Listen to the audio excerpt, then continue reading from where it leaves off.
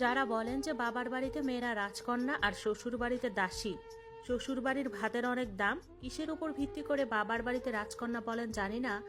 এতটুকু বলি, আপনার অভিজ্ঞতা স্বল্প, এখনো বাস্তবতা দেখেননি, এই জন্য বাবার বাড়িতে আপনার কাছে রাজপ্রাসাদ। অল্প বয়সে বিয়ে না হয়ে 30 বছর পর্যন্ত অবিবাহিত হয়ে ঘরে থাকেন, দেখেন ভাতের নলা গলা দিয়ে নামে কিনা। প্রতিবেশীর অল্প বয়সী মেয়েটা যখন বাচ্চা কোলে নিয়ে আপনার সামনে দিয়ে হাঁটে, তখন কেমন অনুভূতি হয়? আপনার জন্মদাত্রী কিভাবে আপনাকে কলিজা ছিঁড়ে আঘাত করা খোঁটা দেয় বয়স বেশি হয়ে যাওয়ায়? কোনোদিন প্রতিবেশীর খোঁটা শুনেছেন?